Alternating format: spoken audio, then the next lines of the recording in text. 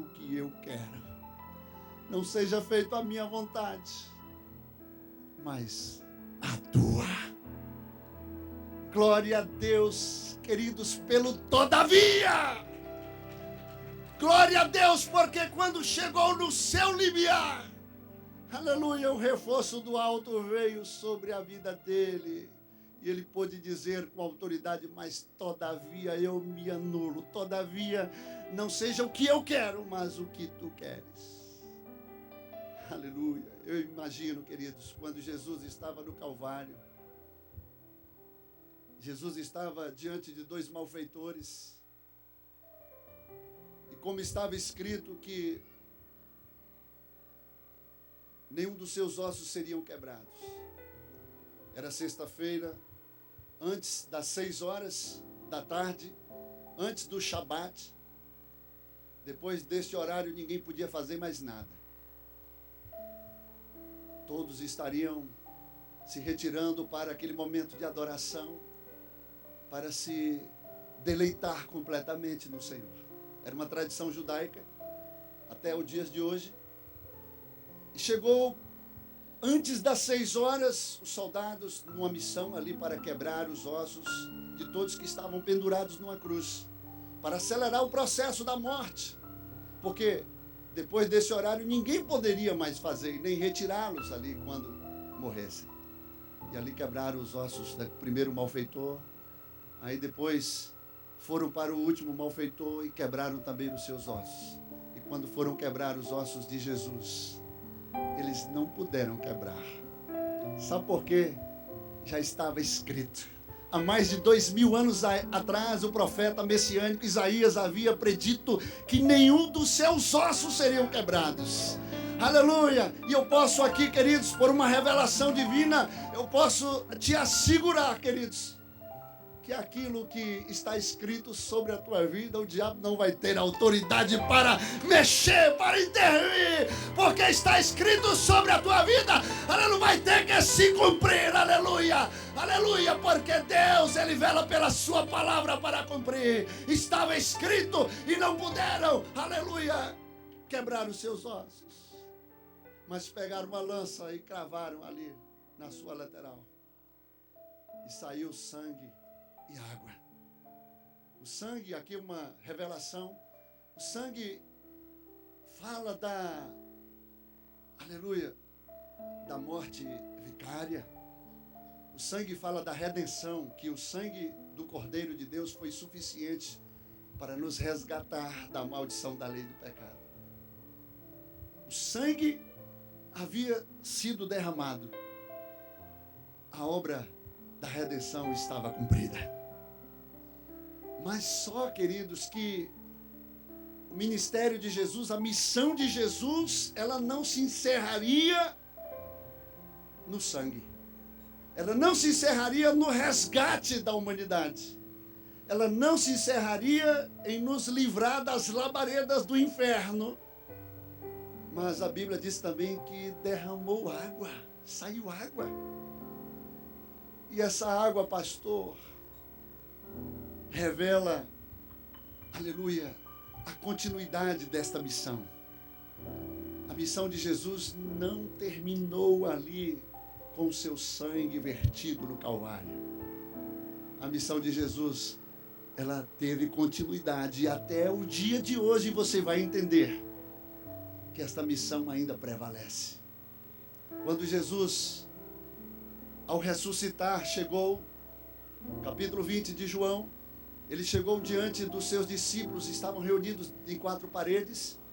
Ele apareceu aos 12 e disse: paz seja convosco. Assim como o Pai me enviou, eu também vos envio. Recebei o Espírito Santo. Aleluia. O que eu entendo aqui? É que Jesus, na sua missão, ele não veio a esta terra somente nos resgatar, nos livrar das labaredas do inferno. Ele não veio somente verter o seu sangue precioso, mas ele veio revelar a vida do Pai aos homens. Os homens não conheciam o Pai. E Jesus foi enviado pelo Pai para ser revelado aos homens, para fazer o Pai conhecido. E eu volto aqui, queridos, na minha imaginação, quando Filipe, que estava sempre ao lado do mestre, ouvindo o mestre falando sobre o Pai, revelando o caráter do Pai, a vida do Pai. Preste atenção. E eles chegaram para Jesus e perguntaram: mas, mestre, tu tens falado tanto sobre o Pai. Toda hora o Pai, mas eu estou curioso para conhecer o Pai, para ver o Pai. Mostra-nos o Pai. E aí Jesus respondeu dizendo: mas Filipe, eu estou há tanto tempo convosco. E tu dizes: mostra-nos o Pai. Eu e o Pai somos um. Quem me vê a mim, vê o Pai. E ele veio somente para, queridos, revelar a vida do Pai. Assim como o Pai me enviou, ele veio fazer o Pai conhecido entre os homens. Para que nele, as pessoas, ao olhar por ele, pudessem conhecer Deus. Pudessem reconhecer o caráter, a vida do próprio Pai no Filho. E ele fez isso. Mas só que a água fala do fluir da vida de Cristo em nós. Assim como o Pai me enviou, eu também vos envio. Esta missão, ela dá prosseguimento. E por isso eu queria lhe dizer, queridos, para você estabelecer o reino de Deus em Atlanta, é necessário você reconhecer o teu ministério, reconhecer a tua missão, fazer um reconhecimento de tudo quanto você está fazendo aqui. O que é que você está fazendo aqui, ou pensa que está fazendo? Como eu disse antes, tudo talvez que ocupe os nossos corações, com a bênção de Deus. Isso é muito bom, é salutar, é gostoso e todos nós queremos. É muito bom constituir uma família, é muito bom a gente ter projetos, planos, empresas, ter uma igreja, ser levita, ser pastor, pregador, tudo isso é muito bom, mas eu queria lhe dizer uma coisa, queridos. Tudo isso é apenas um detalhe daquilo que você foi enviado para fazer aqui na terra. Lá nos céus não vai ter família, ou melhor, a única família é a família do Pai, onde todos nós seremos seus filhos. Lá não vai ter marido, nem mulher, nem pai, nem mãe, nem irmão. Irmão, todos seremos. Não vai ter empresa, não vai ter nada. Porque tudo é apenas um detalhe. E você hoje, como profeta de Deus, eu quero te dizer que você precisa fazer o reconhecimento da tua missão. Por que que você está aqui? Fazendo o quê? Gastando tempo em quê? E Deus me trouxe como profeta, para que a sua vida hoje fosse marcada e transformada pelo poder de Deus na tua vida, para que você de fato cumprisse o que está proposto diante dos teus olhos. No Calvário saiu sangue e saiu água. O sangue revela a obra da redenção, mas a água revela o fluir da vida de Cristo em nós. Quer dizer que a obra de Cristo não encerrou, ela continua em você. E hoje você estar aqui na terra, ele voltou para o Pai. E ele deixou outro Consolador. E deixou, inclusive, penhorado. Porque ele disse que voltaria e nos levaria para junto dele. Aleluia. Ele deixou o Espírito penhorado como o penhor da nossa herança. Antes do Espírito ser tomado, você será arrebatado juntamente com o Espírito Santo. Aleluia!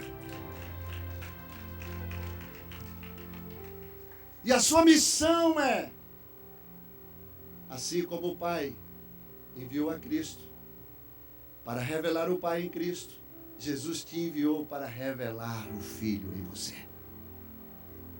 Haverá momento que você não poderá falar do Evangelho, da palavra. mas com a sua própria vida, com as suas atitudes. Com o seu testemunho você vai revelar o Filho na tua vida. E as pessoas vão querer conhecer o Filho, mas você está falando tanto sobre o Filho, me mostra o Filho.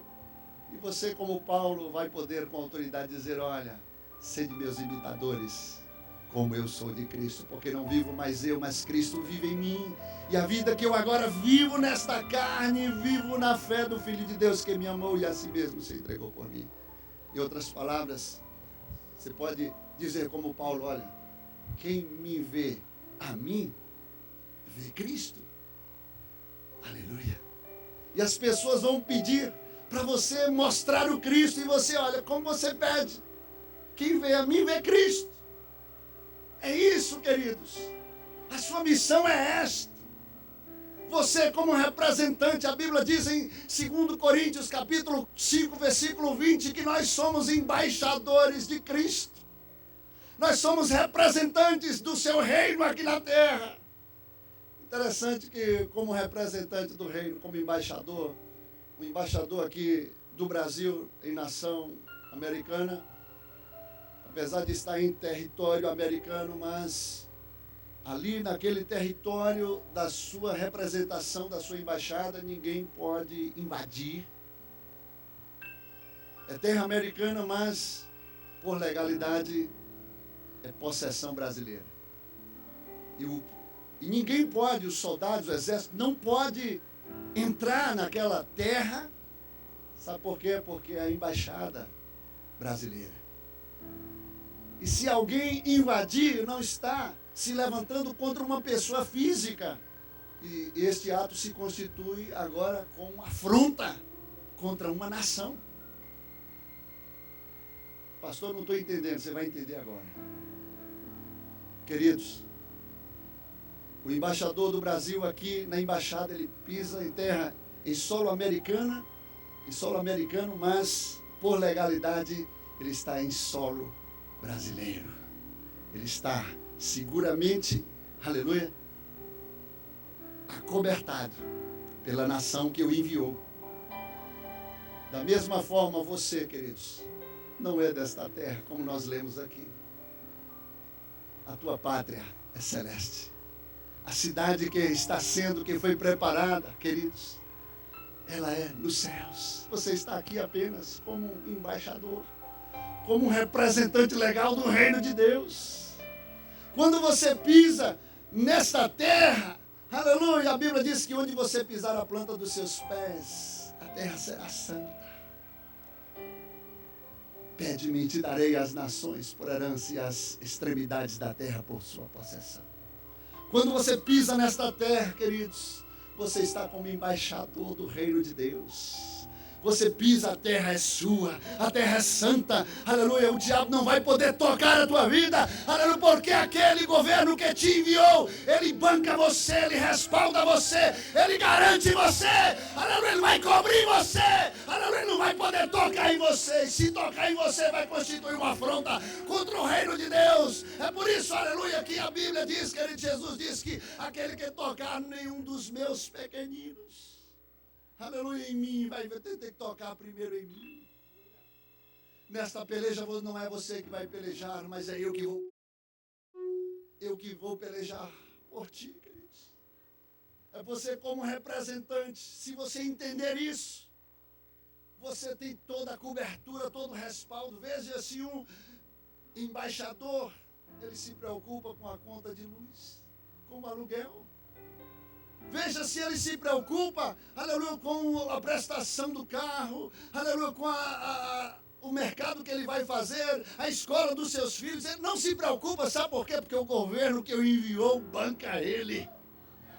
O governo que o enviou respalda, garante ele, para que ele seja um representante, aleluia, para que ele seja um embaixador, para cumprir a sua missão. Você não está aqui por acaso. Agora eu queria lhe dizer uma coisa antes de encerrar. Que Jesus conhece as nossas limitações. Jesus conhece até onde nós podemos suportar. Porque lá na cruz do Calvário,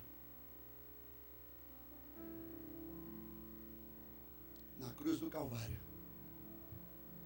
quando veio toda a pressão sobre ele, na sua humanidade, ele pensou em desistir. Ele pensou em recuar. Quando ele disse: Pai, se possível, eu não estou suportando. Está muito grande. Está muito pesado. Está muito violento. Eu não estou aguentando. Se possível, passa de mim este cálice. Mas todavia, graças a Deus pelo todavia, não seja o que eu quero, mas o que tu queres. O que eu quero lhe dizer nessa noite é que Jesus conhece as suas limitações. Ele conhece a sua estrutura. Ele sabe até onde você pode resistir. Ele sabe que está doendo, que está pesado, está difícil. As pessoas, quem sabe, já não acreditam mais em você. As pessoas parece que já, aleluia, perderam a credibilidade na tua vida. Mas eu queria lhe dizer, pode ninguém te entender, queridos, mas Ele vai te entender. Ele te entende, Ele sabe até onde você pode suportar, porque Ele passou por isso.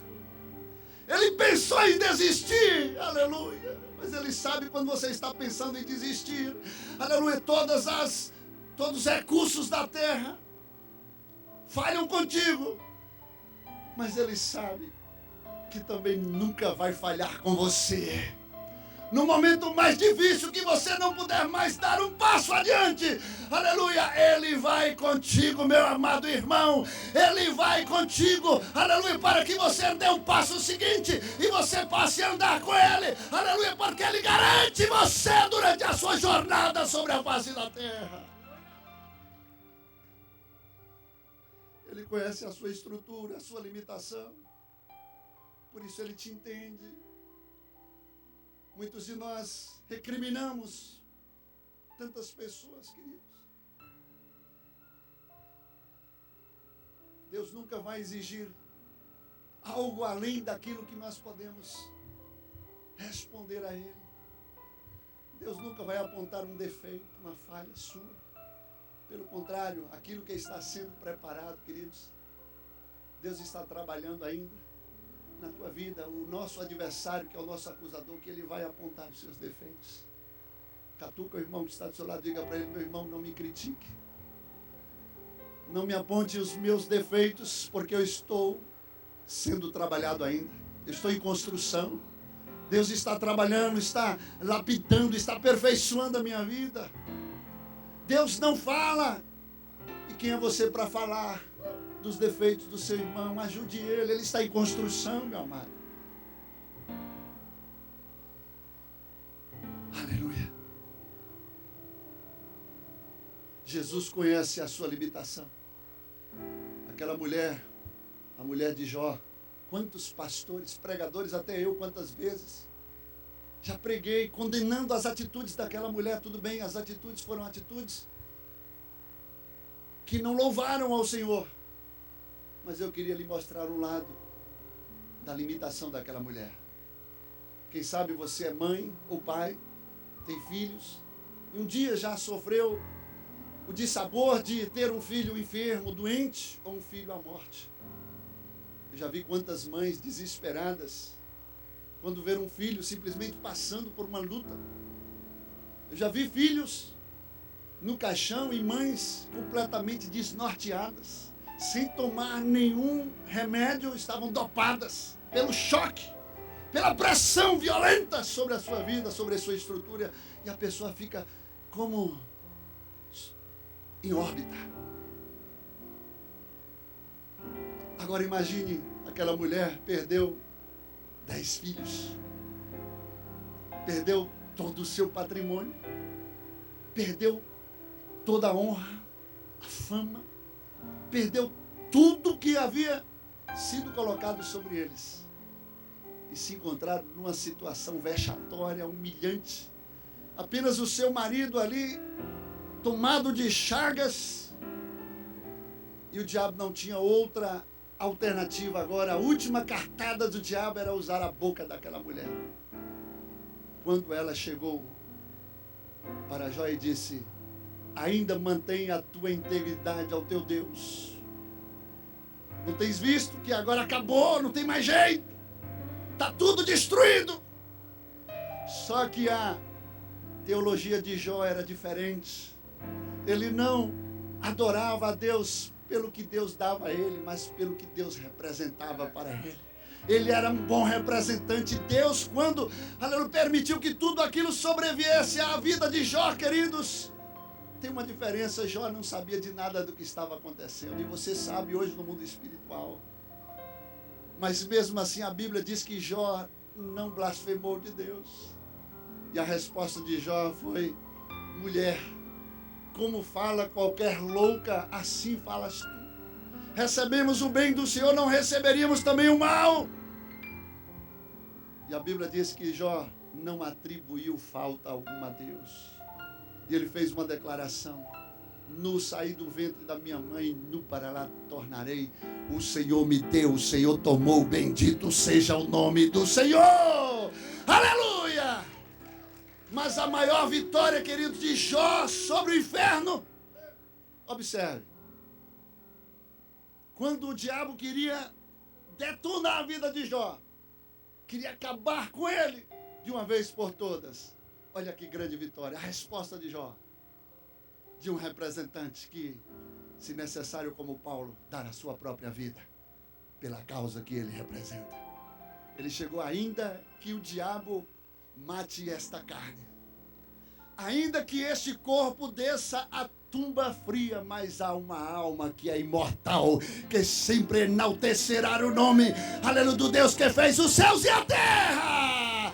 O diabo pode matar a minha carne, mas eu continuarei louvando ao Senhor, ainda que a figueira não floresça, que não haja fruto na vide, o produto da oliveira minta, os campos não produzem os seus mantimentos, e nos currais não haja gado, e as ovelhas malhadas sejam arrebatadas, mas todavia eu me exultarei no Senhor e alegrarei-me no Deus da minha salvação. Aleluia!